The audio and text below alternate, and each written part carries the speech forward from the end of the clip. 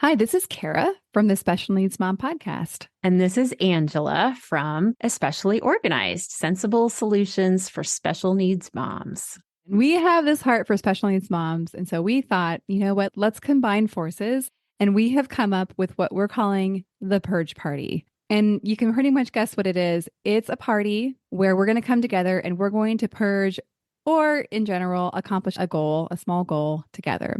So we have set this for January 27th, starting at 8 o'clock for my Pacific Coast people. Which means 11 o'clock for all of you on the East Coast. So this is an opportunity. If you have something on your to-do list that has just been stuck there and you are wanting to move it up on the list, you're wanting to tackle, maybe it's a space or an area of your home or a category in your home that has just needed a little time and attention. This is your opportunity for you to be online with us while you work and have access for us to help you answer your questions, help guide you, and just serve you for those 2 hours. Yeah, exactly. And I think you can tell like what we've designed is just this very high level of support for that project that you just haven't been able to tackle on your own. The thing that we are envisioning is that you get to leave this purge party feeling so accomplished because you did the thing. You started the year off getting that thing done that you were stuck on last year. And so it's a momentum builder, if you will. You can go ahead and sign up. We have a link ready for you. And we are offering this for $40 for the whole experience. Absolutely. And we hope you'll join us. I think it's going to be really fun. It's going to be a great group of moms of special needs kids. So we all get each other. We all have an understanding of what it's like to have something on our to-do list, but just we haven't been able to tackle it yet. So I hope that you will join us. We're super excited to bring this to you, and we are thrilled to work with you. All right. We'll see you all there.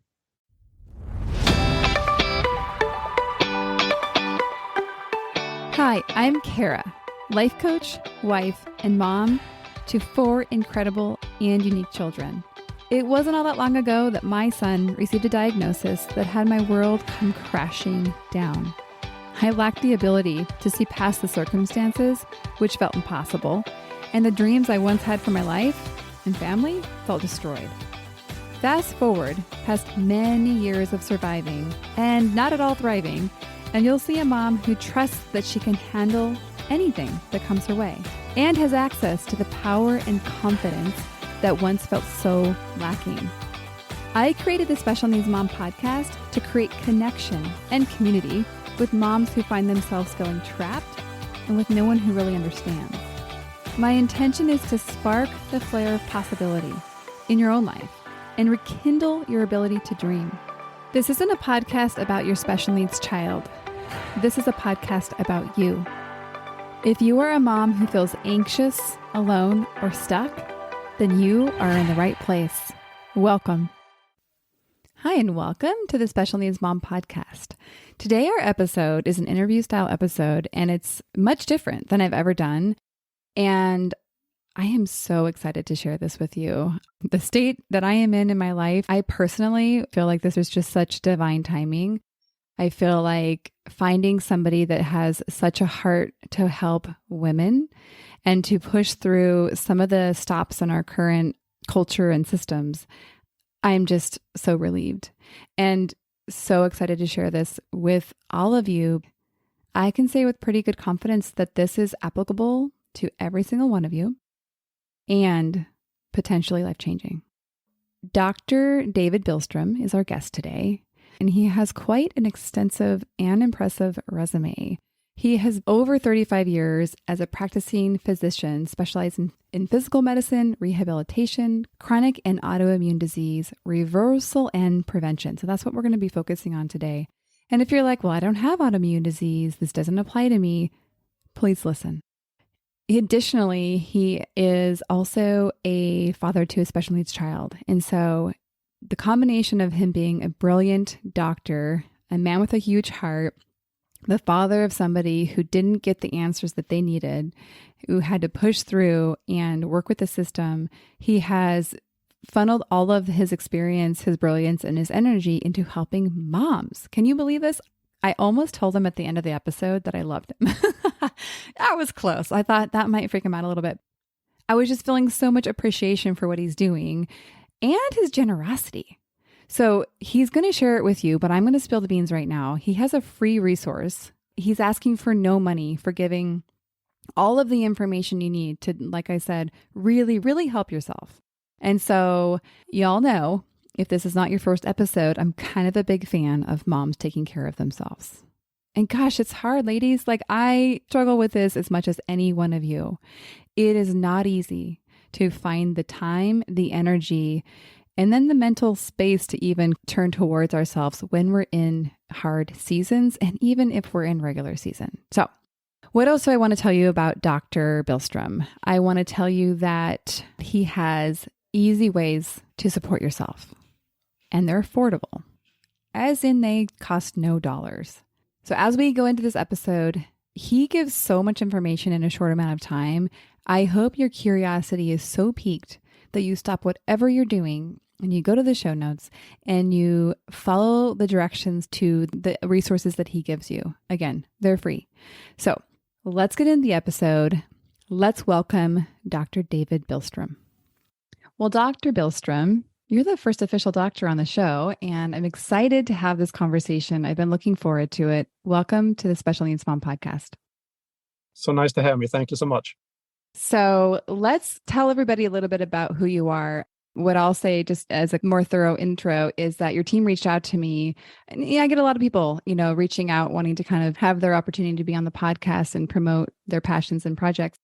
And yours really stood out because of the alignment of your desire and efforts to support women. So thank you for those efforts. And tell us a little bit more, kind of a quick backstory of how you got to where you are and really what you focus your energies on now.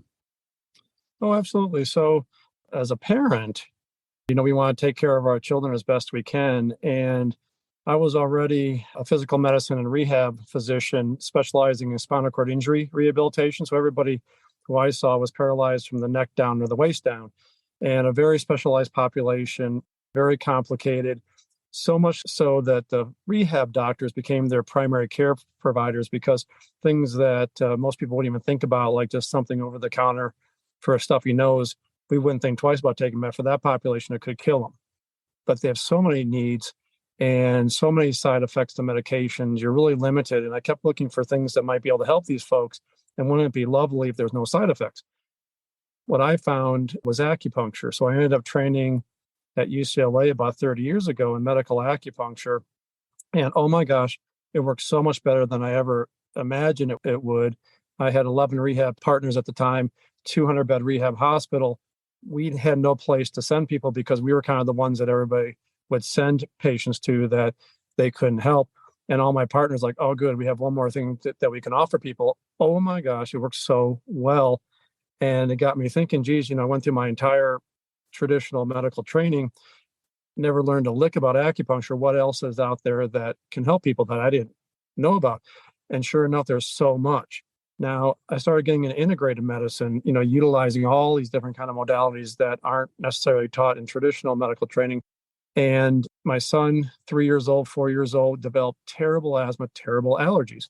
And I'm like, oh, this would be a piece of cake. There's not been one kid with asthma that I can't get to go away with acupuncture.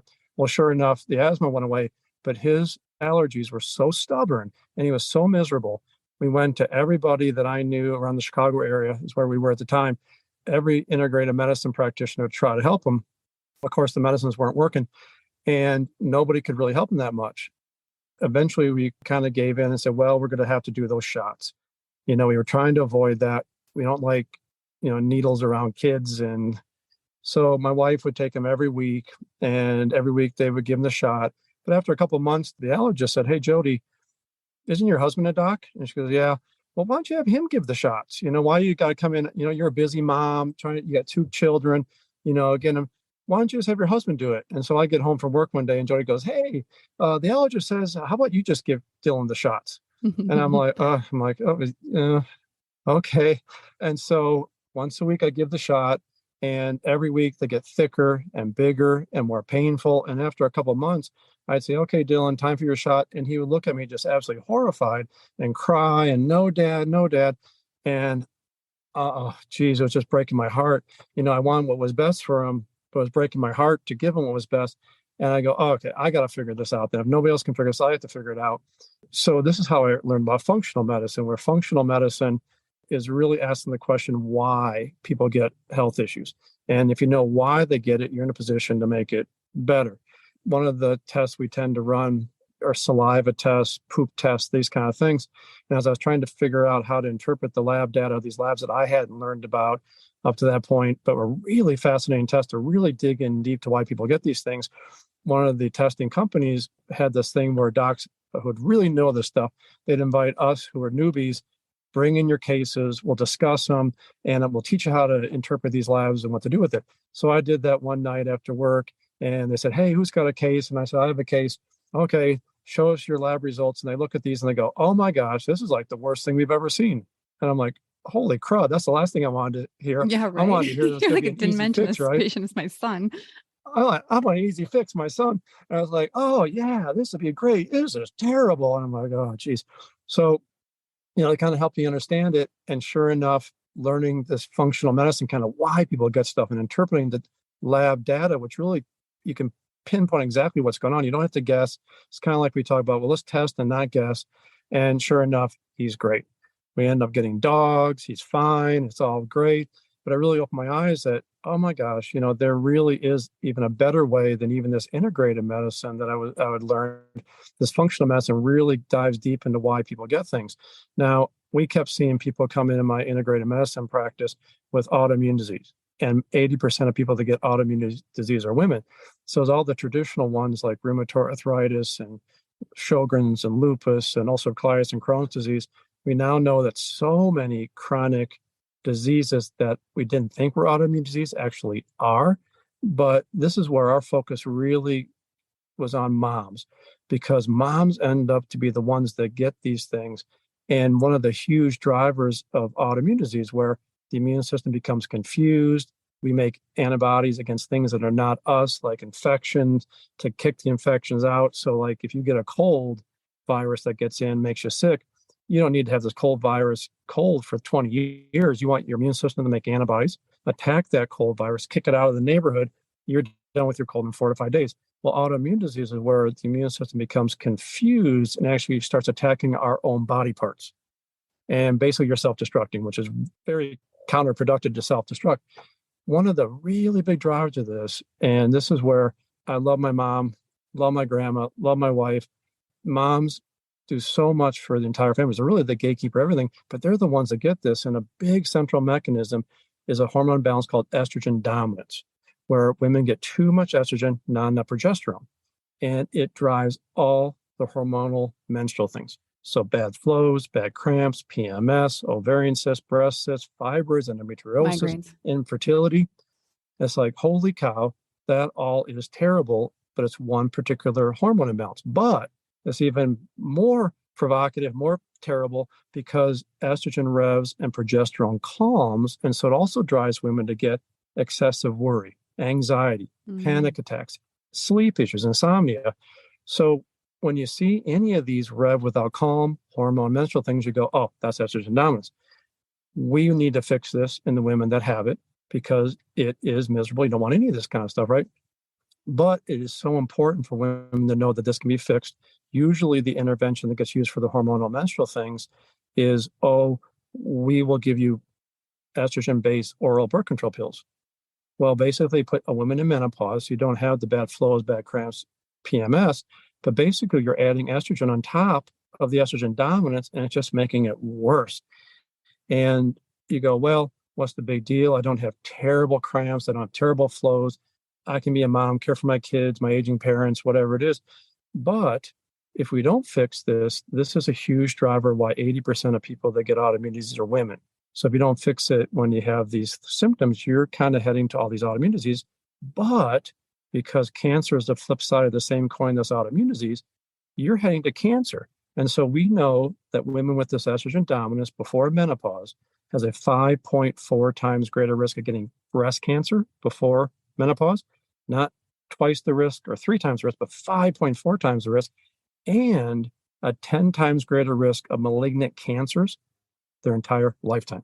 So we feel it's so important to take care of moms. And a big part of that is, well, let's fix this estrogen dominance that's driving everything kind of crazy. And let's fix it before you end up getting breast cancer and other kind of cancers or autoimmune disease. It's not that hard to fix, but it's just hard to fix it if people don't know that it's fixable and people don't know how important it is to fix it to prevent future disease and keep yourself really healthy, really happy, really great quality life.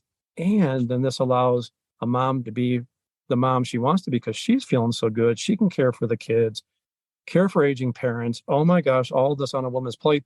And then again, eventually the husband probably goes, maybe I should get healthy too. But he's usually the last one to come in to see us. We always see the mom, the kids, and then parents, and then eventually the husband comes in. That's funny.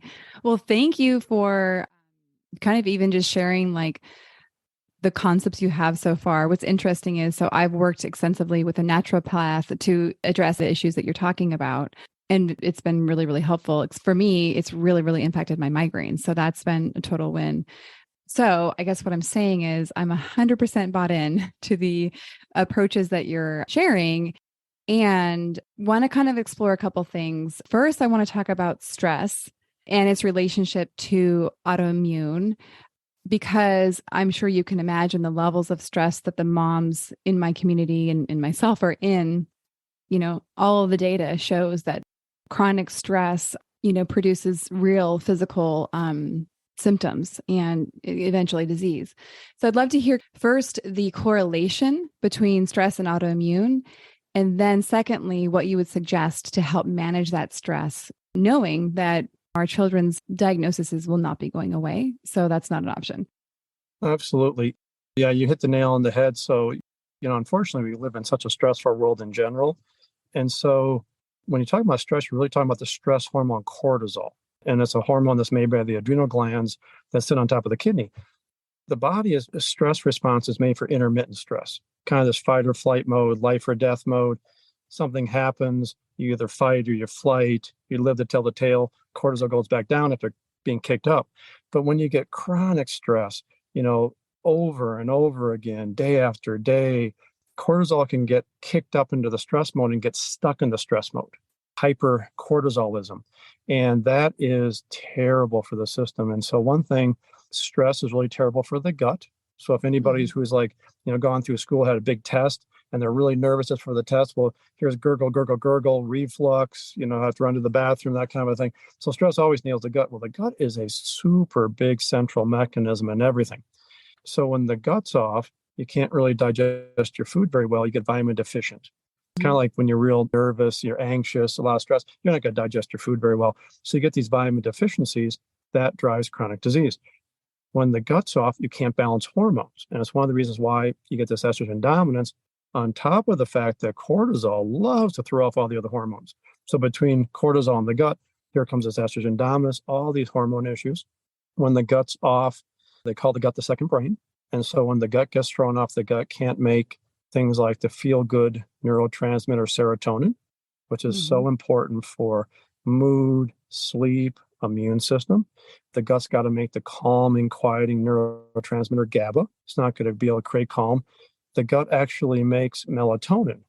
And we think of melatonin as a hormone that is vitally important for sleep-wake cycles, which if you're not sleeping, you're not feeling well, your brain's not going to be sharp. But melatonin is a great example of how these hormones do so much more than we give them credit for. So like when you think about estrogen, progesterone, you go, geez, I never thought about that with anxiety, panic attacks. I kind of thought of hormone stuff to do so much more. So for example, people that make more melatonin have less heart attacks, less stroke, less Alzheimer's, less osteoporosis. And the gut, the intestinal microbiome has to make that. When the gut's off, it's very hard to get rid of toxins from the body, and toxins can build up over time, really tough on the brain, tough on the immune system.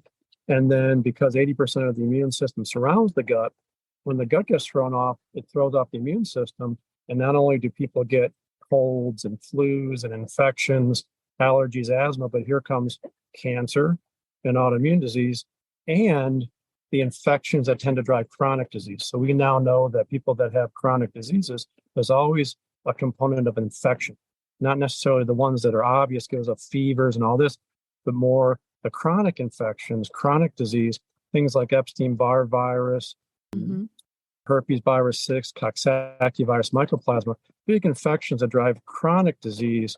And this is where, when you have these chronic diseases, go, okay, got to create the calm, because when you're stuck in the stress mode, it suppresses the immune system. Here comes these infections.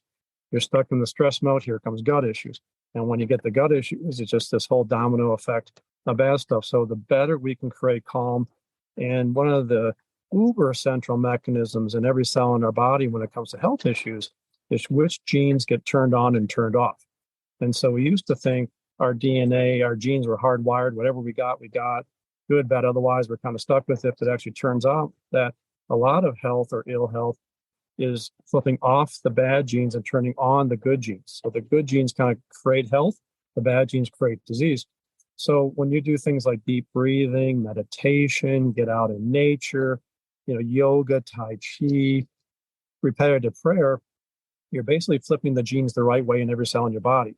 And so like Harvard did this great study about 15 years ago about this. They go, oh my goodness, meditation flips genes the right way. Well, this is exactly what you want to do for everything, including it kind of puts the body now in a position to start healing. And then with the proper interventions, you can heal the gut, fix the estrogen dominance, get rid of these infections. But really, the body just does not heal in the stress mode. This is why if you kind of regularly try to create calm, and it doesn't have to be even 20 minutes a day, it's like 1 to 2 minutes, one time a day. It's more the repetition than it is the duration. You really put your body in a position to heal. And then when you do these other things, which basically these other things are getting rid of physical stress, because to the body, stress is stress. Physical, emotional, spiritual, it's just all stress. So now you get rid of the infections. Now you get rid of the gut disruption. Now you get rid of these vitamin deficiencies, these physical stressors. Cortisol resets into the calm mode, and then you can fix anything. Because when you're in the calm mode, the body goes, all right, I got this. I can fix stuff. And you're really in a position to start changing things. Yeah, it's almost like the body's like, okay, we can put energy towards that since we're generally okay right now. I'm really glad you went into how little effort it takes to make big changes, because I think, as I mentioned earlier, the amounts of stress are constant and the stressors are not going to go away. And so when I talk about managing stress, I think a lot of people are truly perplexed at what that means. I think they go to trying to eliminate stressors. Again, it's kind of an impossible thing for moms like us. So what I heard you say is breathing and different breathing techniques, Tai Chi, prayer, getting out in nature. These are 4 examples of what somebody can do to get their body into a lower cortisol state, as in calm, so that their body can start to do what your body's designed to do. And only 1 to 2 minutes a day can make a big impact, is what I'm hearing from you. I want everyone to hear this. Huge. And it's about as deep as you can go, because if you're turning genes on and off in every cell in your body the right way, you have opened up this window of opportunity to fix anything. It is really profound to get that calm created. I'm so glad to have the stats from the guy who actually knows how little can make a big difference. Because I'm always, shouting from the rooftops, like 1% more, just a little bit, even just 1 breath a day. Like, we don't have to start big. Also, a lot of moms, we hear a lot about self-care. You should take care of yourself. And a lot of moms immediately roll their eyes because they're already so maxed, and they equate taking care of themselves with more time. And I especially love that a lot of these things do not have a time component, as in breathing does not really take time, nor does prayer, as far as you can pray in the shower. I just really wanted to emphasize that because I think it's really helpful to my audience. Talking about functional medicine, and, I'm a deep believer in kind of all of the holistic styles of different modalities. And there's kind of a level of frustration because the access I have to getting the care that I think is best for myself isn't great. It takes a lot of money in terms of dollars to invest in. For me, it was naturopathy. How can moms access the information they need to have in order to tap into, the cycles and to the support that you're referring to? Yeah, and this kind of goes back to what you're alluding to. The body is so smart. Its default mode is to heal, to fix things. So like we use in clinic as an example of somebody walk around their house in bare feet, they kick a chair leg. You're hopping around in pain. Now, with small children around, you probably don't want to try to cuss, but you're hopping around in pain. Well, you have such confidence in your body's ability to fix things. You're not just hopping around in pain thinking, oh, great, I'm going to be in terrible pain, hopping around in pain for the next 20 years. It's like, no, no, no. I know my body can fix stuff. 2-3 minutes later, I'm fine. I just try not to do that again.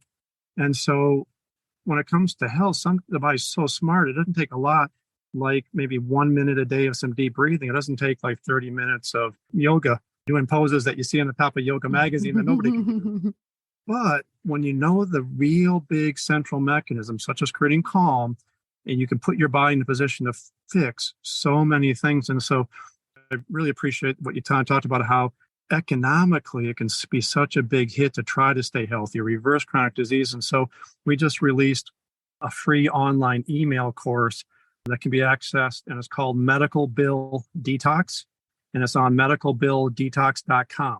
And so it's 7 emails, 1 per week. You can go faster if you want to, where we take a real big deep dive every week into the causes of chronic health issues and exactly how to turn them around. So the very first week is cortisol.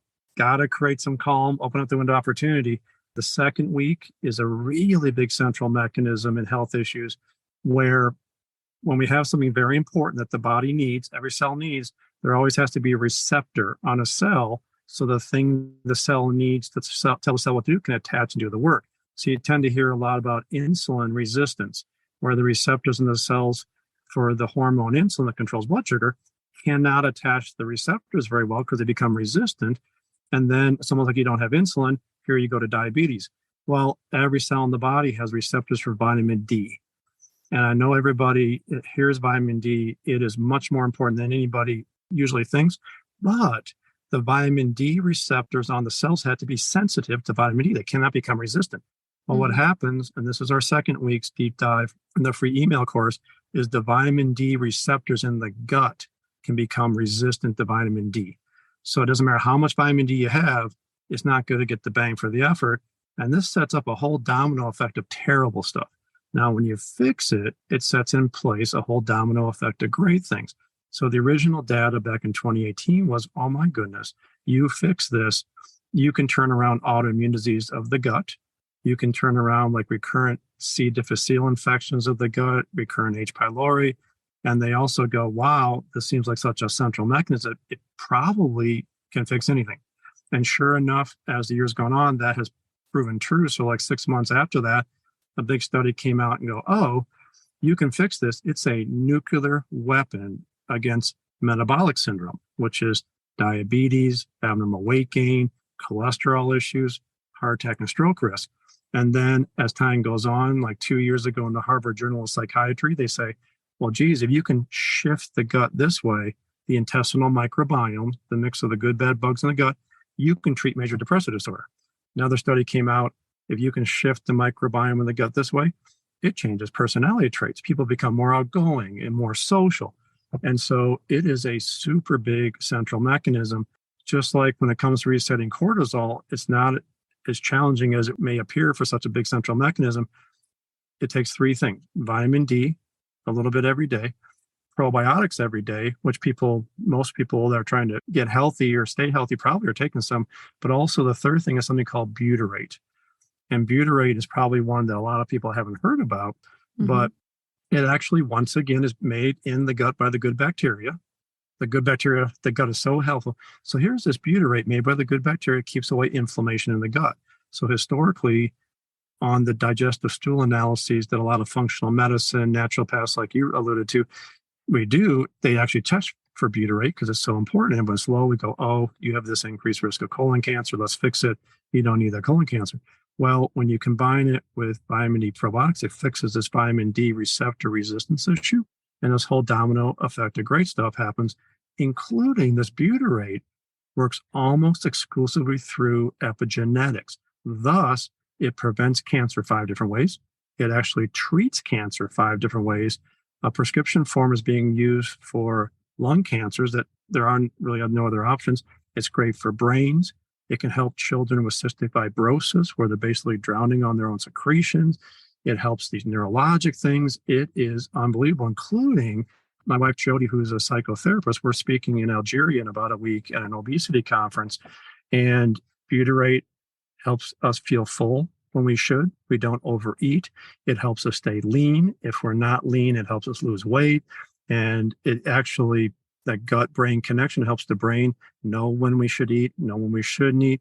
It is really amazing. It is getting so much press because of its ability through almost exclusively epigenetics to change so many different things at the same time. And that's our second week deep dive. So you can kind of see where if you know these central mechanisms, it doesn't have to be that hard to get at these guys and really get the body in a position to start fixing itself. I am like almost jumping out of my seat over here. Interestingly enough, there are so many parts of my son's picture that you've touched on. We'll probably offline ask for a couple minutes of your brain. But I think because of my journey with my son, I have an awareness of a lot of these issues, but I don't necessarily have an awareness of how to resolve them. And what I have found is you kind of get dead ends, with the more traditional Western medicine, and you don't really get to the root of the problem. There's the, hey, just take this and, they send you on your way. I'm really excited to share this with the audience. And so definitely I want to mention everyone, the links to the free resource will definitely be on the show notes. And I will make sure that you can access that if you want to. And I would assume that the recommendations and the information you're providing over the 7 weeks in emails will provide people the information and access to what you're suggesting. Is that a fair assumption? You're not just trying to educate people on why this happened, but also how to address it and fix them. Yep.